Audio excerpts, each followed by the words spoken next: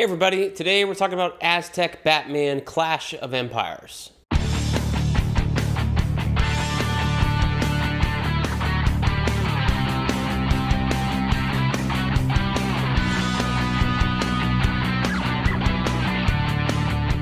Hey everybody, welcome back to BK's Bullets. As always, I'm your host, Brent Cosina, and today we're talking about the new animated movie, Aztec Batman Clash of Empires. I have not reviewed the last couple of Warner Brothers DC animated movies because I think they fell off a long way. I think I did the first Crisis one, and I don't remember doing part 2 or part 3 of a 3-parter, and those were bad. I have not yet watched the Yakuza League Batman animated movie. It's on HBO Max. You can go check that out.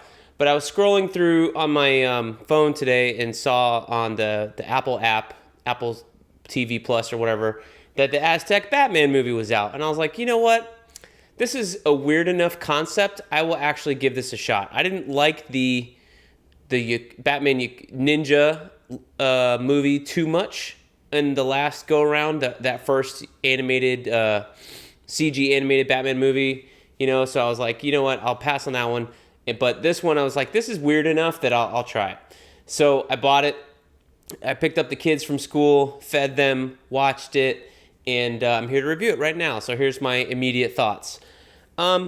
This wasn't bad. This was pretty interesting, actually. The most interesting thing about this is to watch how they metamorphose the Batman story to fit this setting. You have the Aztecs, and you're basically getting told this story at the end of the Aztec Empire, right?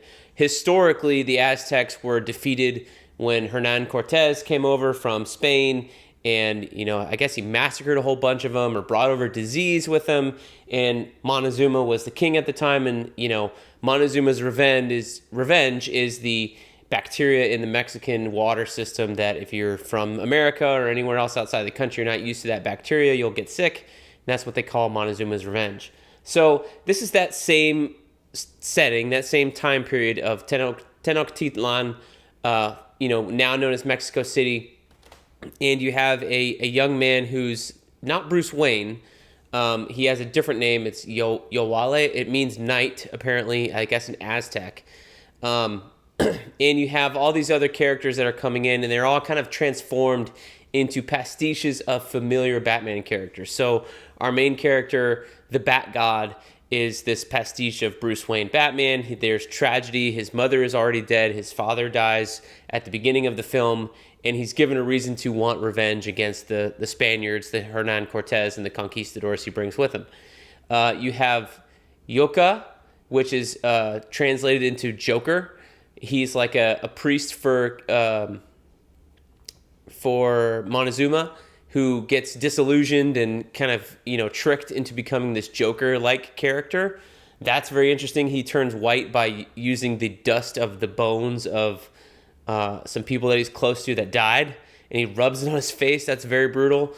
My favorite was you have Pedro, one of the conquistadors. He's like the lead henchman. He's eerily dressed like my favorite side bat character, Azrael Jean Paul Valley. So Pedro is probably close to Paul, and there you have. I'm bumping the microphone a lot. Sorry.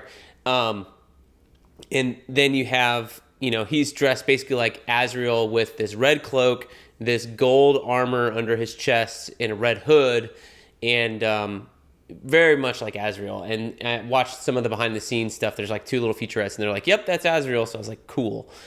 He doesn't invoke the Order of Saint Dumas or anything like that. So that was a bit of a bummer, but it's a callback.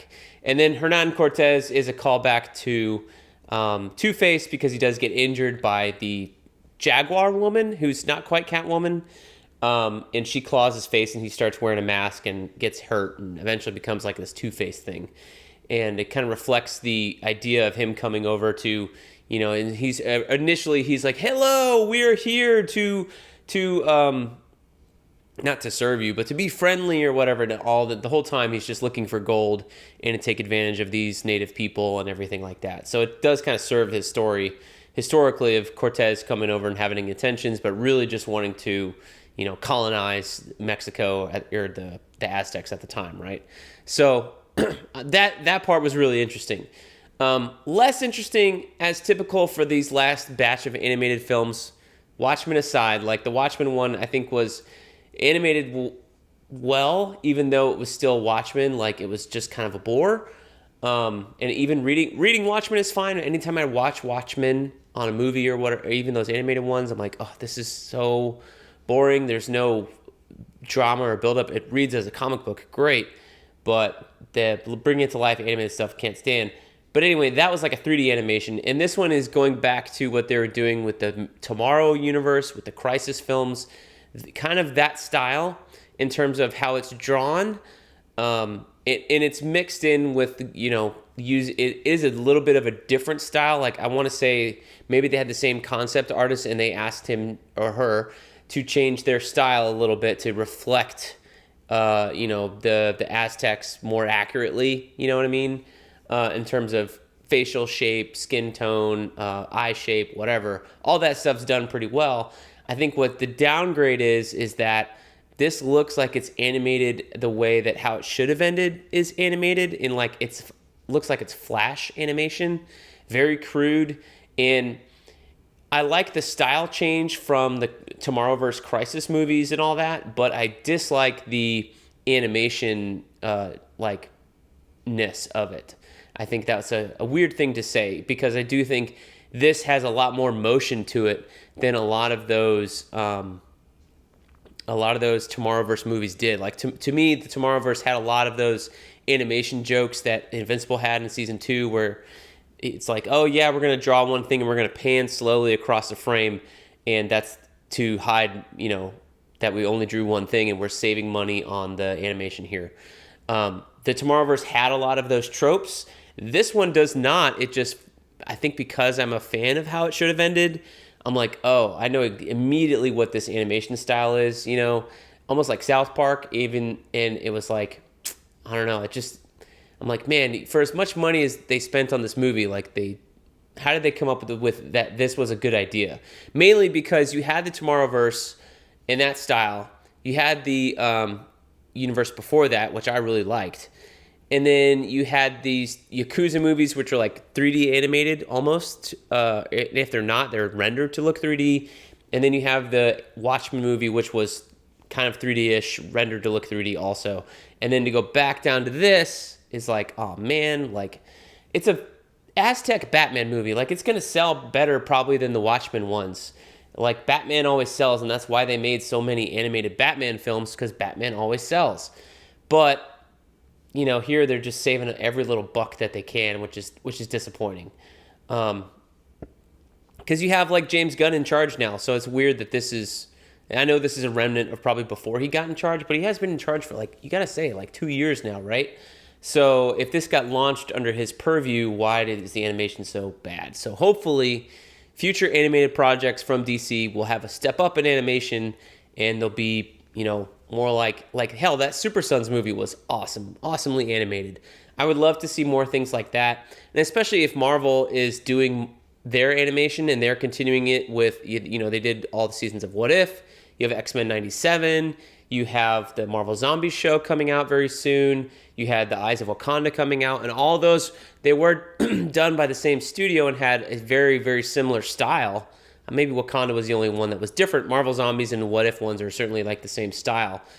Those were great. They stand out from all this DC animation because I think they're animated better. So I think that's my main complaint about the movies. Yet again, DC, Warner Brothers cheaping out on the animation quality when you see other people like Marvel stepping it up and actually pouring money into it because they recognize that, hey, this is going to be something that people can watch. This movie is rated R, and it's rated R for blood. Just the amount of blood sprays or blood splatter. There's not really any gore. And it is dealing with the idea with the Aztecs of blood sacrifice and stuff like that a little bit. There's no language or anything there out. So I would downgrade this to a PG-13 rating. So if you're wondering about your young kid watching it, I think it's a PG-13 level movie with an extra amount of blood sprays than you normally see in a PG-13 film, right? They're saying slaughter them all rather than kill them all. So they're using these alternative verbs instead of kill, which you find in animation aimed at kids sometimes too, or destroy them all, things like that. Like those terms are still used here, even though you have more blood. So, and it's pretty clear there's a lot of people dying. Like they do massacre. The conquistadors do massacre a whole village at the beginning of the movie. There's the whole thing with Tenochtitlan at the end of the film, and if you know your history, they pretty much get completely wiped out. So it is a very death-forward movie, you know what I mean? Even with the Batman themes, there's a lot of bodies on screen, so maybe that's why it got rated R, but just, I think, there's no gore, there's no, gratuitous gore or gratuitous sex that would make this really an R-rated movie. It's just the amount of blood splatter, I think, and maybe the bodies on screen, right? But if you got a 13-year-old interested in history and Batman, hey, go for it. I think maybe watch it a little bit of it yourself and then you decide, right? As always, good parenting advice. You decide for yourself what's best for your kid. But I do think this is one of the better animated movies that's come out from DC in the last, 6-7 years probably. Since the beginning of, we'll say 6-7. Since the beginning of the Tomorrowverse, this is my favorite movie, since the beginning of that one, I think. And that does not saying much because I did not enjoy a lot of those. I thought most of those were mid-level or below mid-level movies. I did enjoy this one, and this is something that the concept is so unique. I think I will go back and revisit it from time to time. So those are my thoughts on Aztec Batman Clash of Empires. Check out the movie for yourself and let me know down below in the comments what you thought. And we will see you guys next time in the Funny Pages.